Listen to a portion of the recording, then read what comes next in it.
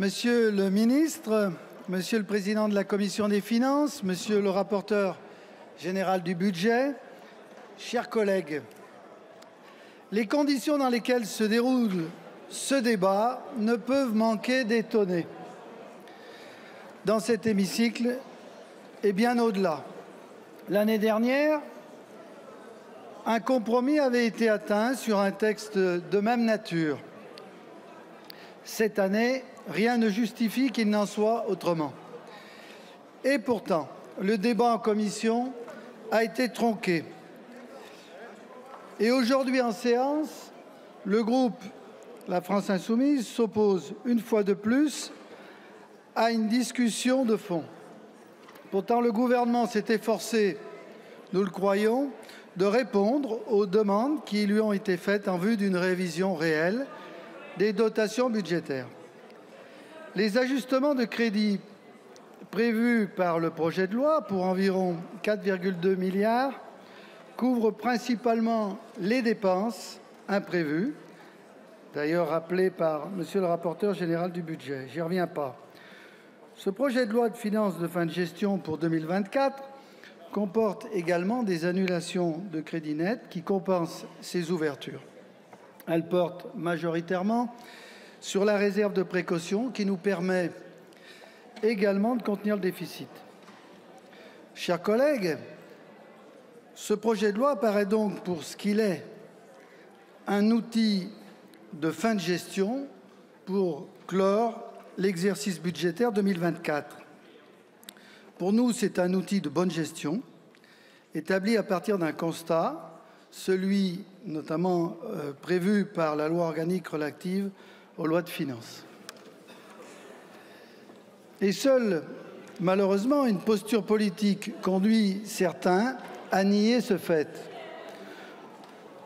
Nous regrettons donc qu'un compromis ne puisse a priori être atteint sur ce texte.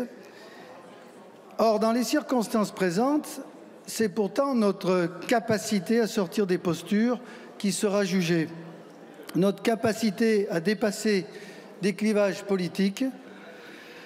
C'est bien dans ce contexte présent qui devrait nous imposer, nous le pensons, nous inciter à beaucoup plus de responsabilités. La trame de fond du débat budgétaire de cette année, de cette fin d'année, est constituée, reconnaissons-le, par les inquiétudes légitimes suscitées par la détérioration rapide et mal expliquée de nos finances publiques. C'est pourquoi la constitution de la commission des finances en commission d'enquête nous paraît particulièrement opportune.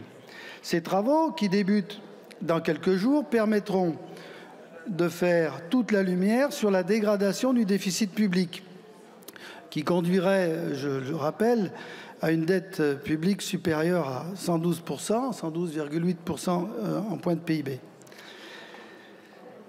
Et sur le rôle, et nous devons insister, sur le rôle joué dans cette dégradation non anticipée de certaines recettes fiscales de l'ordre de 42 milliards d'euros sur les deux exercices 2023 et 2024, dans une conjoncture où la croissance paraissait robuste et l'inflation contenue.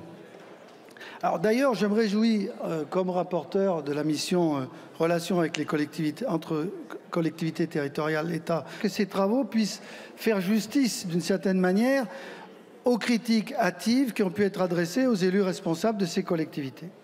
Alors le groupe Les Démocrates souhaite vivement que la réflexion ainsi développée contribue à améliorer durablement la fiabilité de nos prévisions macroéconomiques. La qualité retrouvée de ces prévisions est en effet, pour nous, un préalable nécessaire au redressement efficace et soutenu de nos finances publiques.